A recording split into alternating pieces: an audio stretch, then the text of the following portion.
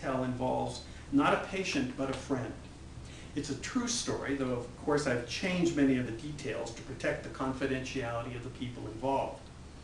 I think it belongs in this book because it concerns a struggling writer at the end of his rope and a last chance interview that saves his life. It's about hard work, daring, and hope. It illustrates the ways that the writing life can lift you up and crash you down.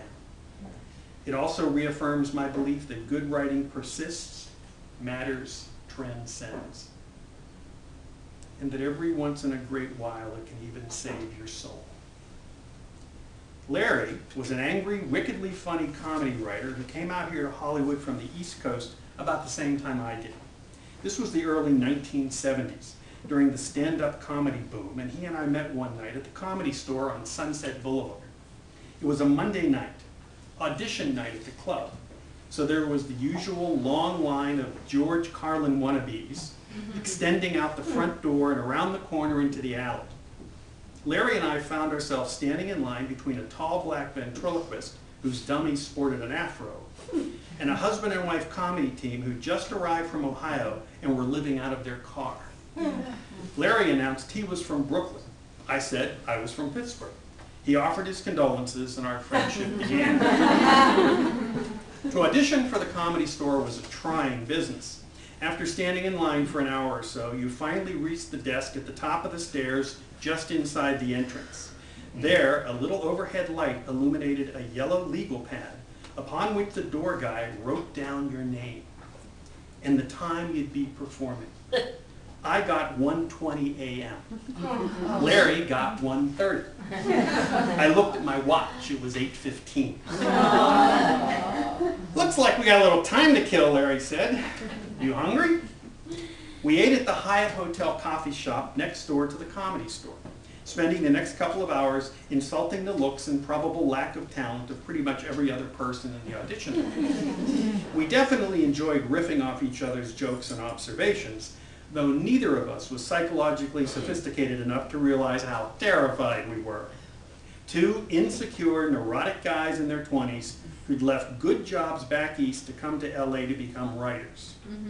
Neither of us, we agreed, wanted to do stand-up comedy for a living, but everyone knew that producers and TV stars hung out at the Comedy Store all the time, looking for funny stuff they could steal and fresh new talent they could exploit. Like Larry, I yearned to join the list of the robbed and exploited.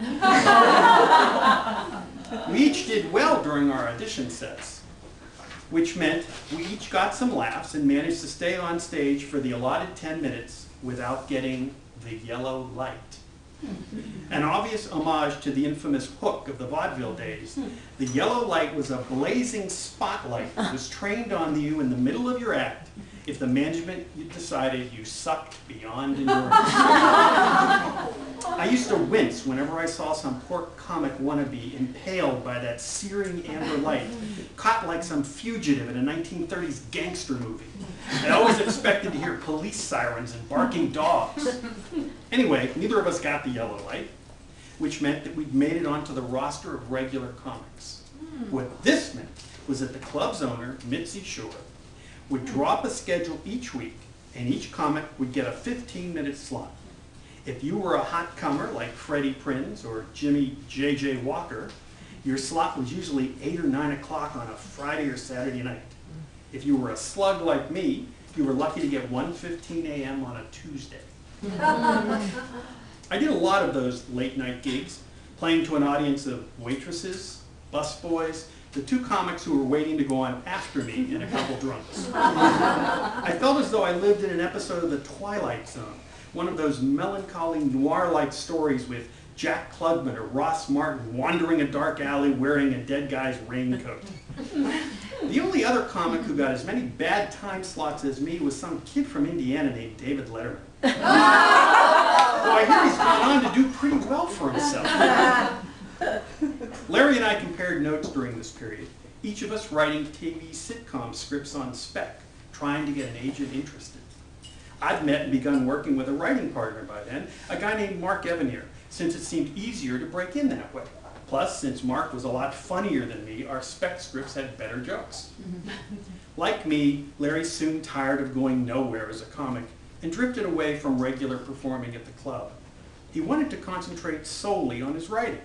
I, on the other hand, still dutifully trudged up on stage once or twice a week, sometimes getting slots as juicy as 10:30 on a Thursday night. The truth is, some adolescent, deluded part of me was still waiting to be discovered. Which, in a way, I was.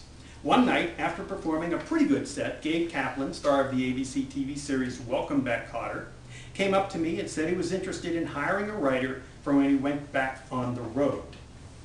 Like many comics starring in hit shows, during vacations and breaks in the shooting schedule, Gabe did his stand-up act in hotels and clubs around the country. He told me that night that he'd call me sometime about writing some new material for him. I went home, elated, ecstatic, and he was true to his word. Slow, but true. 11 months later, called on a Friday, offered me $250 a week to travel with him and work on his act, and told me we had to leave the next day. Of course I jumped on it. It was this experience that led 7 months later to my partner Mark and I being offered a job on the writing staff of Welcome Back, Kotter, which was the lucky break that started my career as a Hollywood writer. Over the next 10 or 15 years, as a solo writer, I worked on numerous TV series and films. I had my ups and downs like every other writer I knew, but on the whole, things worked out pretty well for me. I wish I could say the same for Larry. I've never known anyone who suffered so much trying to become a success as a writer. He wrote dozens of spec scripts and a few screenplays as well. He sweated out every scene, labored over every joke. But his luck was bad. He'd get a producer interested in a script, but the guy would change his mind right before signing a deal. He'd pitch a series idea to a network, and they'd develop it with another writer.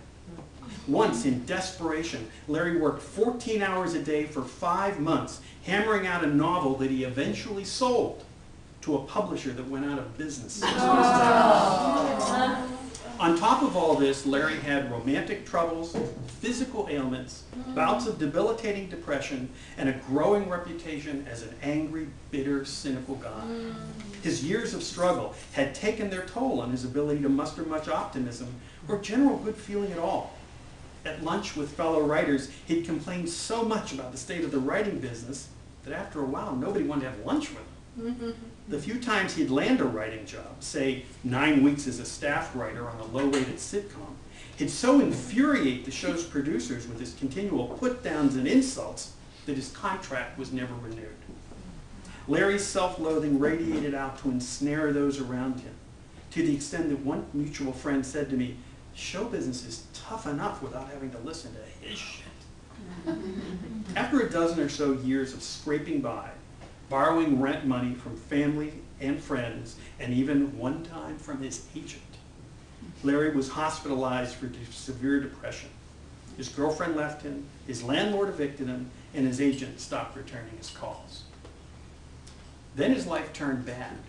A series of serious illnesses befell him, leaving him alone with ulcers, a back constantly in pain, and failing eyesight. He gained weight, lost a lot of his hair, and alienated most of his friends. He also began drinking and smoking heavily. During all this, Larry kept trying to write. He'd get me on the phone and talk for hours about some new screenplay he was working on, or some new series idea he wanted to sell. His writing, as always, was infused with bitterness and a kind of pervasive misanthropy. But he was also funny. His characters, either broadly comic or obviously craven, belonged, in the view of many, to a style of Hollywood storytelling that had vanished. And when pitching, if there was a way to guarantee angering the potential buyer to such an extent that he'd never want to meet again, Larry could do it. Often, he'd open a pitch to a producer or a network exec by suggesting that they could really use a great new show, given the crap they currently aired. In Larry's mind, this was just telling it like he saw it.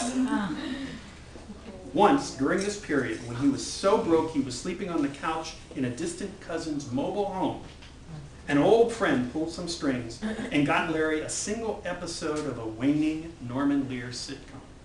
Somehow, through the rage and the bourbon, Larry pushed himself to crank out the script, and it was good.